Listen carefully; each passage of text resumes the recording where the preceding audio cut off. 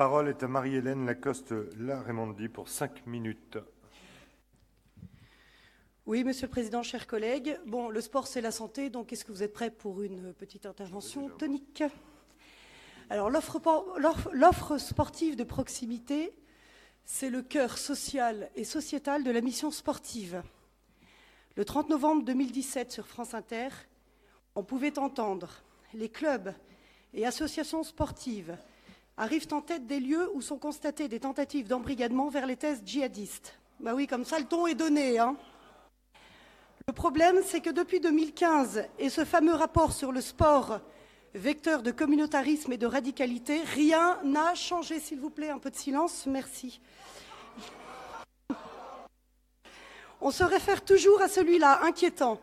Depuis 2015, donc, on s'alarme, on en parle, on s'en parle, on se fait même peur. Mais rien n'a changé. Si, en pire, le constat s'est étendu.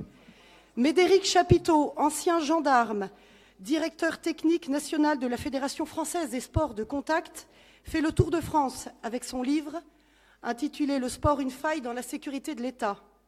Absence de contrôle des éducateurs sportifs étrangers, radicalisation, comportement pour le moins inapproprié avec les femmes, etc. L'arbitraire, trop souvent, gouvernant l'attribution des subventions, soumises à aucun contrôle. La conséquence, c'est que d'un lieu d'éducation et de partage, le sport est devenu le lieu de toutes les prédations. N'oubliez jamais, chers collègues, n'oubliez jamais qu'un éducateur, c'est Dieu le Père pour un gamin. Certains clubs sont soumis à des pressions, c'est un fait. À nous de vérifier que les règles de la République soient bien respectées dans tous les clubs de sport. Ce qui m'inquiète, c'est quand il dit que l'une des causes de la montée des extrémismes dans le sport est l'appauvrissement du tissu bénévole local. Alors ne nous voilons pas la face, allons au bout du raisonnement. En détricotant nos petites communes, la loi NOTRe détruit progressivement le tissu bénévole local, tout est lié.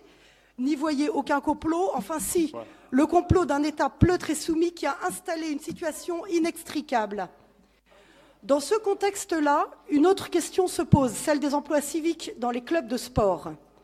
Il existerait, je dis bien il existerait au conditionnel, au sein des clubs de sport, un véritable dévoiement des emplois civiques dévolus au sport. Cela s'apparenterait presque à un véritable trafic, appelez ça comme vous voulez. Pour moi, je dirais simplement filière de régularisation de clandestins, visant à fournir aux clubs sportifs une main-d'œuvre, ou plutôt un pied-d'œuvre, puisqu'il s'agit surtout des sports du ballon. Cette filière se sert des emplois civiques, belle opération neutre pour le club, qui rehausse à peu de frais son niveau. Pas cher, c'est l'État qui paie, comme dirait l'autre. Peu de clubs y résistent, d'après mes infos. Alors le gouvernement aura beau publier tous les guides anti-radicalisation possibles. Si l'on ne s'attaque pas à la racine du mal, si l'on va désormais les chercher au-delà des frontières européennes, alors cela restera de la poudre aux yeux. Chers collègues, devant cette situation alarmante, nous proposons à nouveau la création d'une charte contenant des points non négociables que les clubs, associations, organisateurs d'événements, ligues et comités sportifs se devraient de respecter, conditionnant les subventions et les attribuant au mérite. Je vous remercie.